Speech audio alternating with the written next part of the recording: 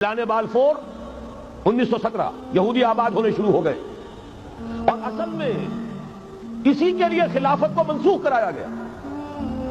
سلطان عبد الحمید اگرچہ یہ ترکی خلافت جو ہے برد بیمار کمزور، پھر بھی وہ مسلمانوں والا جذبہ اتنا تھا، انہیں بڑی سے بڑی رشوت پیش کی گئی تھی۔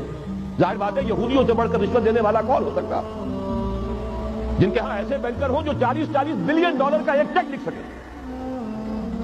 پھر یہ کہ ان پر سیاسی دباؤ بہت ڈالا گیا۔ انہوں نے جب تک خلافت عثمانیہ برقرار رہی یہودیوں کو فلسطین میں آباد ہونے کی اجازت نہیں دی۔ کہ جو معاہدہ کیا تھا حضرت عمر نے رضی اللہ تعالی عنہ، خلیفہ ثانی نے، خلیفہ راشد نے، ہم اس کے پابند ہیں اور ہم یہاں یہودیوں کو آباد ہونے کی اجازت نہیں دیں۔ لہذا انہوں نے اس خلافت ہی کا بستر طے کرایا، اس لیے کہ نہ رہے بانس نہ بجے بانسری، نہ مسلمانوں کی وحدت ملی کی کوئی علامت دنیا میں باقی رہے اور نہ مسلمان کسی مسئلے پر جمع ہو کر کوئی موقف اختیار کر سکے۔ اعلان بالفور کے نتیجے میں آبادکاری شروع ہوئی۔ 1948 میں اسرائیل قائم ہو گیا، معجزہ ہو گیا۔ 1967 میں اس کی توسیع ہو گئی۔ اس میں ایک بات اور بھی عرض کر دوں، یہ سارا کس طور سے ہوا ہے کام؟ آپ نے زائنزم کا نام تو سنا ہے، صہیونی تحریک، خود اس کا جو بابا اعظم تھا، آرڈر آف الومیناٹی، 1776 یکم مئی یہ نظام قائم کیا وائسراف نے، اور اس نظام کے تحت فری میسنری اور lodges of the great Orient قائم کیے گئے۔ یہ سارا ہتھ کنڈا وہ ابلیسی نظام، اس کی تفصیل ایک کینیڈین آتھر نے لکھی ہے کتاب میں، پاؤنڈ ان دی گیم۔ یہ سارا دھندا ایک شیطانی چکر ہے، ابلیسی چال ہے، اور اس کے ذریعے سے اسرائیل قائم ہوا اور اس کی توسیع بھی ہوئی 1967 میں۔ اب یہاں تک پہنچنے کے بعد ان کے پیش نظر بقیہ دنیا کی تسخیر اور اسے فتح کرنے کا معاملہ، اور سب سے بڑھ کر اسلام کی بیخبری اور اس کا راستہ روکنا، یہ ان کے پیش نظر ہے۔ یریدون ان یطفئوا نور اللہ بافواہہم۔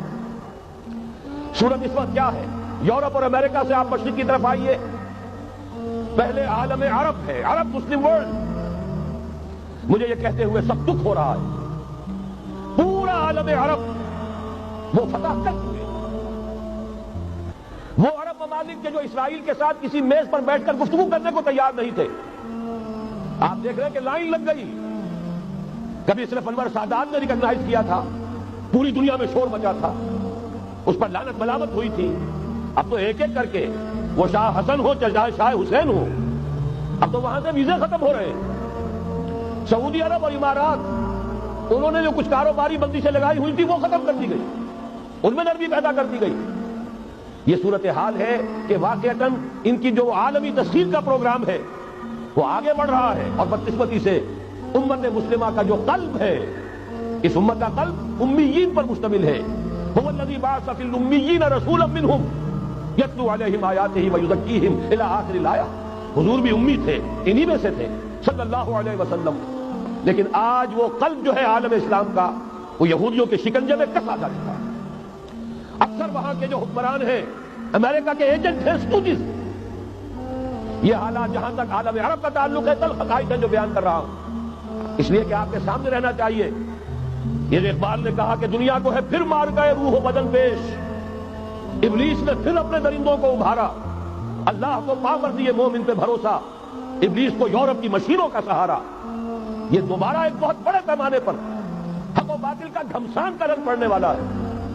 ملاحم کی جو حضور صلی اللہ علیہ وسلم پیشین گوئیاں فرمائی، الملحمۃ العظمیٰ، تاریخ انسانی کی عظیم ترین جنگ جو ابھی آنے والی ہے، اس کو سمجھ لیجیے اچھی طریقے سے کہ اس میں جو قوتیں ایک دوسرے کے مقابل آ رہی ہیں وہ کون سی ہے۔